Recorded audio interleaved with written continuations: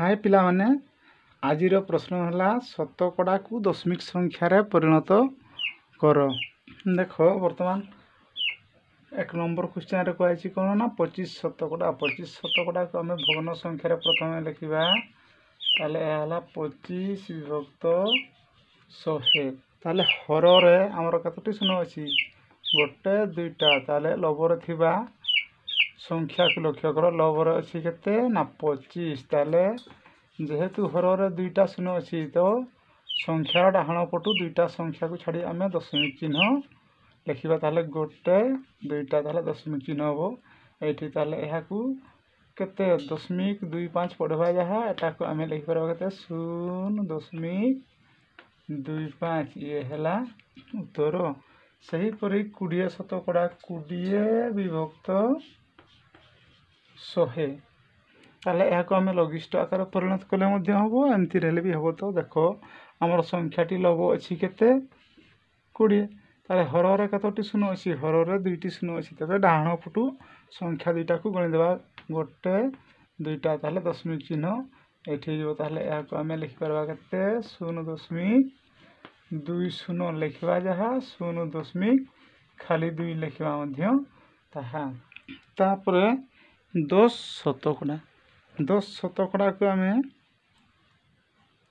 दशमिक संख्यार केमती लिखा देख 10 शतकड़ा समान आम जाने के 10 विभक्त 100 लबर जो संख्या अच्छी मुझे लिखिदेली 10 हर कतोटी शून्य अच्छी हर दुईटी शून्य अच्छी ताले गोटे दुईटा डाहाण पटू दुईटा संख्या को छाड़ी दशमिक चिन्ह दिगला ताले ताकू लिखिपर के 0.10 लिखा जहाँ 0.1 लिखा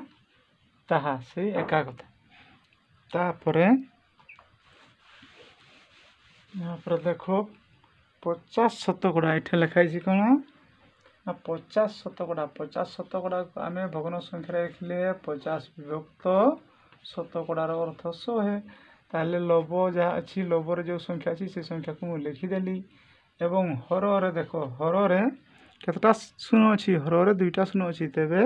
डाहाण पटू गणी गणी आना गोटे दुईटा स्थान दुईटा शून्य मान दुईटा स्थान दशमिक चिन्ह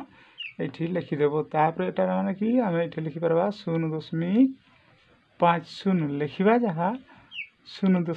खाली 5 लिखा ताहा से बर्तमान 28 शतकड़ा 28 शतकड़ा को आम 28 विभक्त 100 लब जहाँ अच्छी मुझे लिखिदेली 28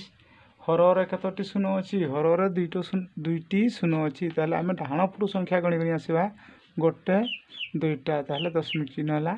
है ये यार 0.28 पढ़वा जहाँ 0.28 पढ़वा से सेम।